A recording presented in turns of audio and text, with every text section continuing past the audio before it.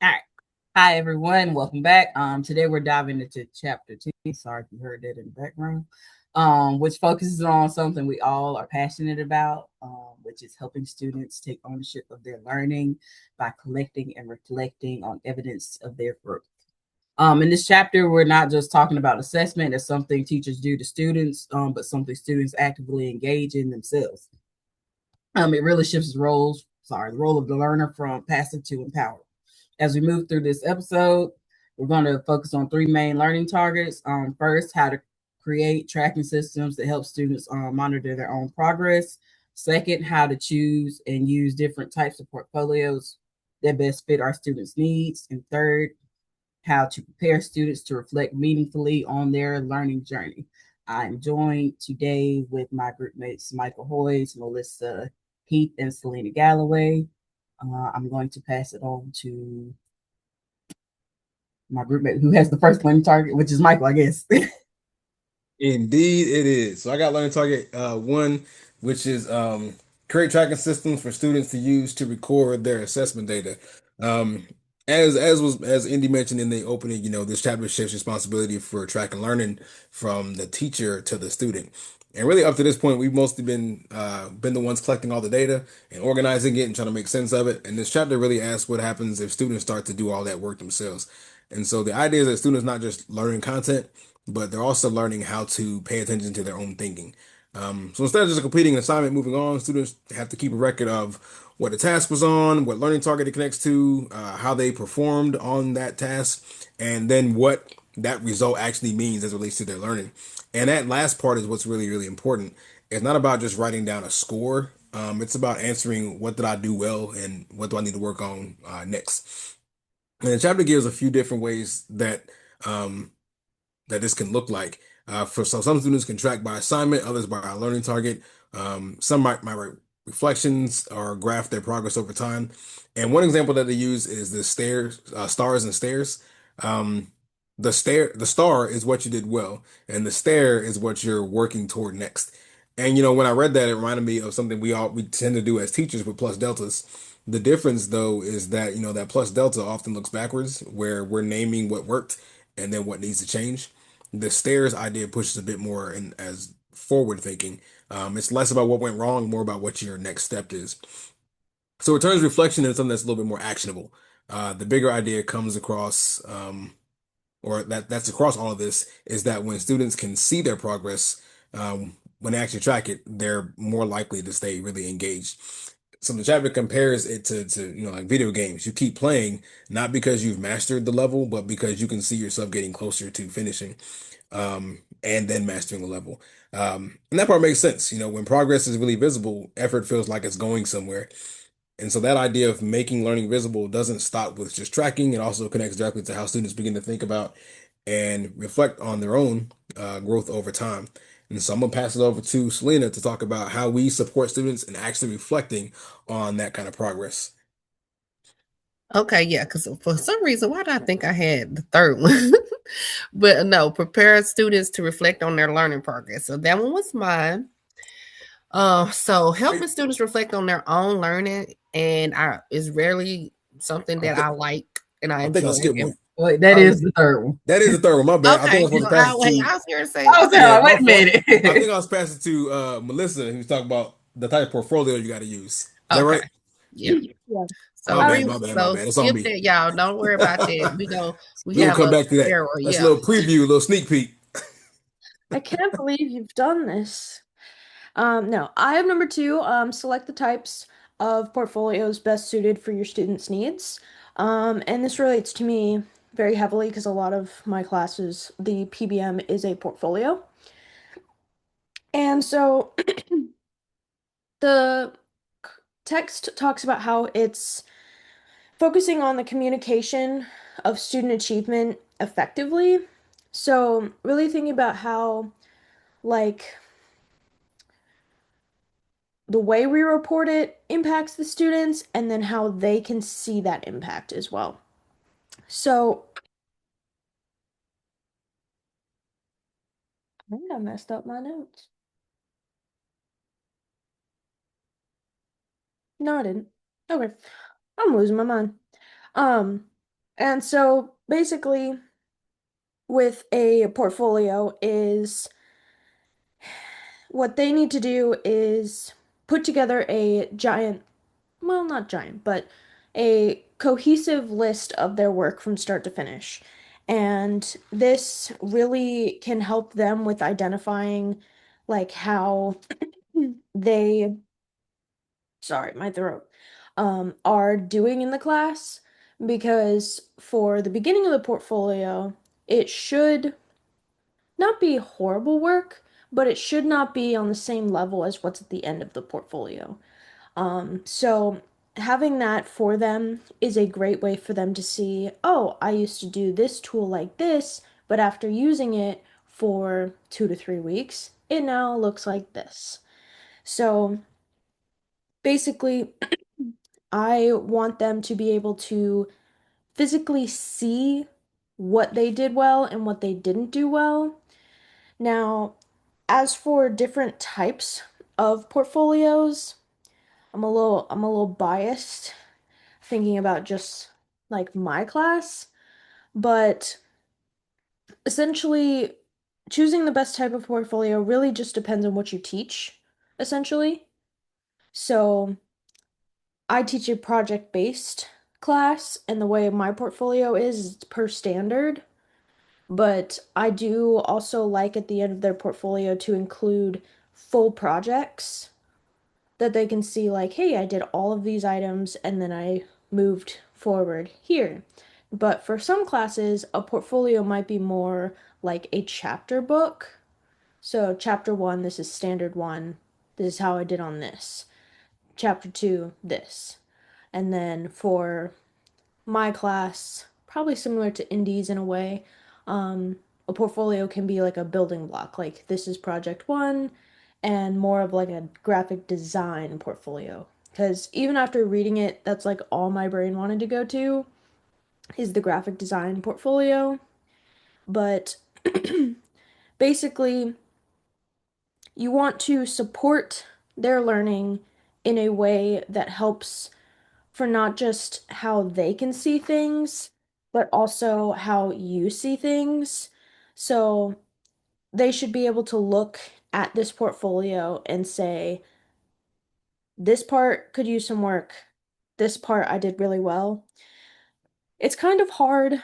The book describes it, but it's really tough to identify necessarily if I don't teach that subject, what kind of portfolio works best for you.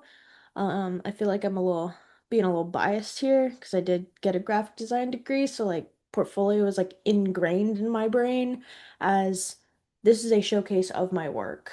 But the text did reiterate that it can also be more like a Bible of their learning in a way. And that is it for mine. I know that was a little confusing, but it was kind of pretty much straightforward. And portfolios are pretty, they have a pretty set building block in the way that they are. But I'm gonna pass it on. Okay, now it's my turn. So, going back to what I was just going to talk about was the prepare students to reflect on their learning progress and just act like you don't see the little one here. But she's actually being good. Um, so when I read this part of the chapter, it made me realize that I already build reflection into my class, especially through how I use rubrics. For my bigger projects, students don't just get a grade. They actually can look at the rubric and see what they hit and what they miss. It's very clear for them. So before I even say anything, they already got an idea what they're supposed to be doing and how they can get their grades. So they're very much already informed. And I feel like I'm repetitive because I talk about it every time we're on here, but that just shows how the chapters are related and how they interwork together. I've noticed that when students use the rubric while they're working and not just at the end, they start catching things on their own. So they'll go back and fix something or add more detail without me even having to point out. for example, I had a group working on a proposal, and one student realized that they didn't explain their target audience completely. So before I even said anything, they went back and added more detail, and I adjusted their explanation to match the rubric. That showed me they weren't just completing the assignment, they were actually thinking about the quality of their work, which is what we want them to do. It won't give me quantity and not quantity. So it doesn't matter how long it is, it's what you put into it. That's why I see rubrics. That's why I see rubrics as more than just grading. That actually are a guide for my students to get through the process of what they're doing. Um, since again, project-based class, everything builds on itself. This kind of reflection happens throughout, so not just at the end. And I think that the chapter is getting at helping students stay aware of their progress as they go, and not just after everything is done. And we'll move on to who has reflection question number 1, unless anybody has any comments, since I had the last one. If anybody want to chime in or anything. I don't have anything to chime in. I just have the next question, unless somebody else has something to say. All right. So if not, I had reflection question 1, which was, which ideas in this chapter did you find most convincing or useful, and why? So for me, one of the ideas from this chapter that I found most convincing and honestly the most useful is the emphasis on students actively tracking and reflecting on their learning. That really stood out to me because it shifts assessment from something that's just done. Sorry.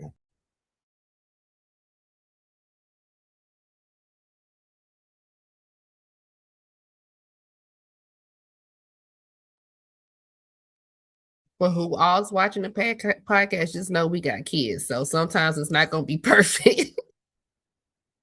Oh, that's right. You need to play that old time Sprint, that hold music. Boom, boom, boom, boom, boom, boom, boom, boom. I'm sorry. He would not go away. All right. You back, my bad. You good? I'm sorry. Made me lose where I was. So I was like, that really stood out to me because it shifts assessment from something that's just done for students, not done for students, done to students, to something that's actually they can take a part in. In my classroom, I already see how powerful it is when students can visually track their progress, whether that's through drafts, revisions, or comparing their first design to their final product. This chapter really reinforced that when students are given structured opportunities to reflect, they begin to develop that internal dialogue of self-monitoring, which is key for independence. I also found the ideas of portfolios very useful, not just as a collection of work, but as a way for them to tell the story of how they've progressed over time. That really resonated with me because in design, the process matters just as much as the final product. Being able to include your drafts, feedback, and reflections also allows students to see their growth and not just focus on the final grade. Another piece that stood out to me was how reflection can actually increase motivation. When students can see their progress, even small improvements, it encourages them to keep going. It reminds them, sorry, between them and me getting lost in my own notes. I'm sorry. That reminds me a lot of how my students respond when they realize their designs are getting stronger with each revision. They start to take pride in their work and they push themselves more. So overall, this chapter really confirmed something I already believed. When students are involved in tracking and reflecting on their learning, they become more engaged, more confident, and more independent. And for me, that's the ultimate goal, not just teaching content, but helping students understand themselves as learners. And with that, I'm going to pass it on to my groupmate who has reflection question 2. That would be me. So I had reflection question 2. How does this chapter align or challenge your own beliefs about teaching or learning? And so I already talked about it a little bit. Portfolios have been something that I've done personally, for, for my own careers as well as part of my teaching. So I kind of pulled a little bit further into how I not necessarily put them together, but more of how I evaluate them. So I want to align it with my beliefs of how a portfolio is, but challenge myself to do more verbal feedback, like during class, and make sure that they don't just see the grade of their portfolio at the very end, that I'm working with them in the process a little bit more. So that's where I'm challenging myself there. And I do want to focus on making that feedback definitely more upfront and visible and more consistent for them. And then as well as aligning the communication that I have with them, whether feedback or with grading directly to the learning targets or the standards. And then I want to challenge myself to, sorry, my like throat is just, this pollen is killing me. Um, make make sure students can actually use this information to their benefit. Because even in regular projects, there are times where I'm like, I would have liked to see more blank.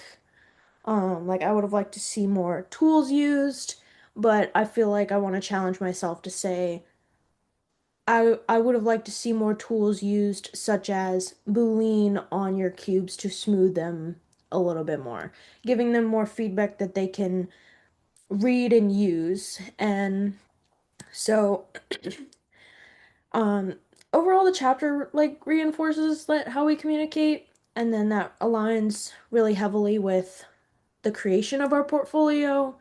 So, obviously, a portfolio aligns with me both personally and as a teacher. But my belief is that a portfolio is entirely them. Um, so again, I'm gonna challenge myself there a little bit to be a little bit more in the process with them, if that makes any sense. But with that, I'm going to pass it on to my fellow peer. That's me. I got reflection question number 3. 3. I'm sorry if y'all would have just seen this look the baby gave me like I'm interrupting her from watching TV. It's crazy. But anyway, my reflection question. Can you turn this down a little bit? Okay. My reflection question was which strategy I feel most confident implementing and why. And I've talked about this before. So it's going to be using the exit tickets because I don't do that consistently. I actually haven't done it this school year, but I just actually had an observation this week and they asked about maybe that I can do that to challenge my kids more, to make them, be a little bit more engaged and involved. So, and so I'm going to plan on doing that. I actually just told them I'm actually going to implement that. So I'm gonna make a little box, have my little index cards. Okay, guys, drop it in the box. And it doesn't have to be anything complicated, just like what made sense today, what didn't make sense, or what they still need to work on. Right now, most of my reflection happens through conversations or through the rubric, but exit tickets will give every student a chance to pause and actually think about what they worked on.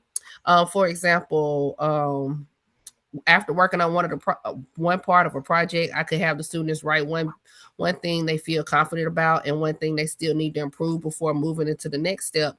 That way, they're not just moving forward; they're thinking about how well they're doing this. And I actually use that in my sports 2 class because we do like a broadcast, and at the end of the week, they have to, at the end of that broadcast, is a reflection part. Okay, what did I do this week? How could I have done better? And which position do I plan on doing next week? So I kind of have it doing in my level 2, but I need to implement something in my level 1. So I'm going to do that, start implementing it. And I like the exit tickets, the idea of it, because it does give you a quick check, give me a quick check-in, without slowing down the flow of class. At the same time, it helps the students stay more aware about their own progress instead of just moving from one task to the next. Honestly, with the way my class builds towards the final project, this will help students stay on track a lot better. That way they'll be able to see their growth step by step instead of waiting until the end and realize what they missed. So it feels like something I could realistically implement right away. It's simple, it fixes my class structure, and it's a good reflection for them, and it helps me at the same time. And that's my reflection. I'm gonna give it off to Michael. Right. So mine is on hesitation and uncertainty. Um, and so when I start to wrestle with this is not whether, these things are valuable or not, but whether how realistic it is kind of sustain, especially in high school mathematics. And a part of that comes from my own experience. I think it was around like my third year teaching or so. I tried to run a class using like a mastery approach. It was Algebra 1, and all the students had already failed the course the year prior. And so I really wanted for them to see where they were with each standard and what they needed to work on. Um, and, I had them keep folders, but they tried to progress. They would include artifacts to show mastery.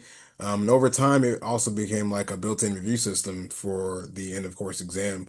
And in theory, it's exactly what the chapter is kind of describing. But in practice, it was a lot. Um, it was extremely time intensive for me. There was a ton of paperwork on my end. It became really difficult to manage as students started progressing at different rates. Um, some students ready to move on, others needed more time. Some were absent, some were somewhere in between all that good stuff. And so um, and I'm trying to keep track of all that across a large number of standards that are also interrelated and connected to one another. So there wasn't really linear. And so that's where things started to really break down. For me trying to do something like that because in the course I wasn't dealing with just a few learning targets, at least not at the high school level with the math. We're dealing with a large set of standards that build on each other, they overlap, they don't move linearly. And so when I read the chapter, I don't really disagree with it. um, it reminds me of something I believe in, that helping students see their progress and take ownership of their learning, that's cool. But it really reminds me about how hard it was as a system to kind of sustain over time.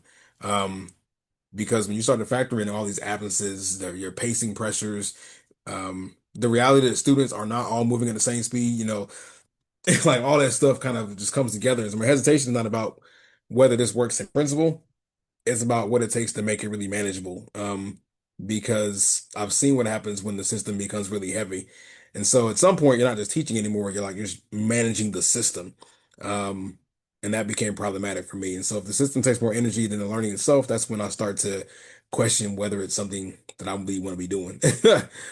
Or is it doing what it's supposed to be doing, that kind of stuff. And so for me, the challenge is not whether students should track the learning. It's figuring out a good version of that that's really sustainable in my own classroom. And I think I've struggled with that over the years. And so I fall back from, a lengthy process of them reflecting, if it's not just, did you get stuff today? Um, so that's my hesitation with the implementation, unless anybody has some other things we can hit on to that close.